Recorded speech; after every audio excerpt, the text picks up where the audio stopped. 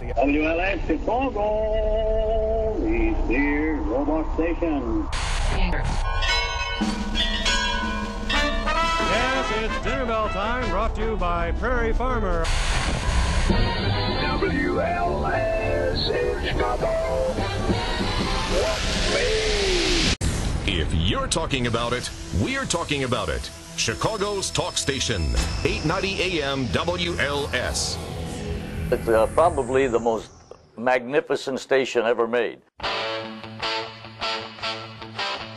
It all began April 12, 1924, when a Chicago-based retail giant named Sears Roebuck & Company hit the airwaves in order to target their largest customer base, the Midwest farming community.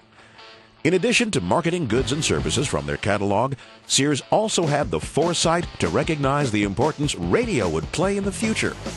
That vision paid huge dividends as they became one of the first large retailers of the day to mass market radio receivers to the public. The world's largest store, or WLS for short, was off and running with a 500-watt signal.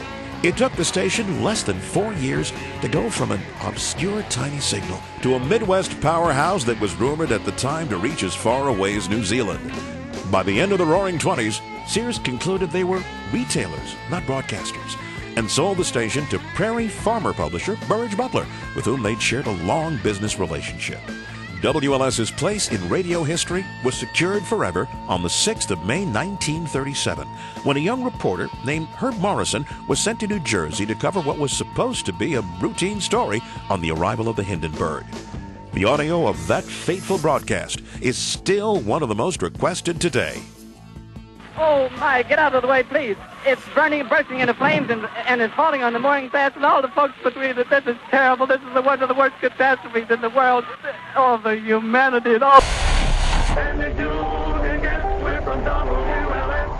Hello, everybody. Hello. On behalf of the United States Army Air Forces, I am happy to welcome you to Selfridge Field. Tonight's broadcast by WLS. Back there in the 60s, early 60s, John Kennedy was facing down the Russians when they were having the Cuban Missile Crisis. And the Cubans were actually blocking a lot of the stations coming into Cuba from the United States. And the guys in Guantanamo, they were listening to us because most of the other stations couldn't get in there.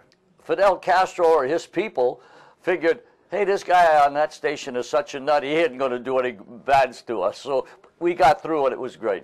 Yvonne Daniels reminding you YMCA summer camps are just great. Here we are again, the Animal Stories. Hi, Uncle Air.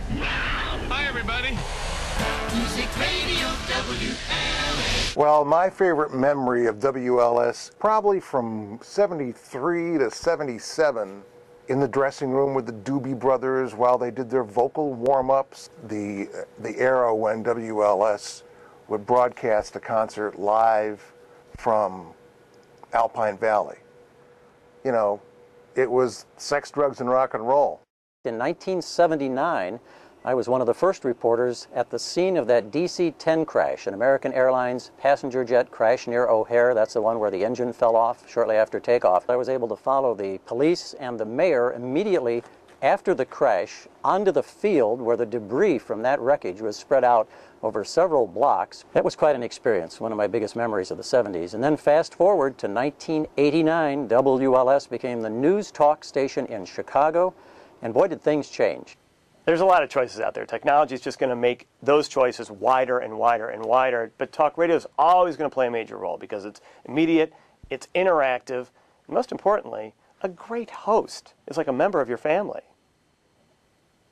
Today, the WLS on-air family is comprised of some of the biggest names in the industry. Sean Hannity,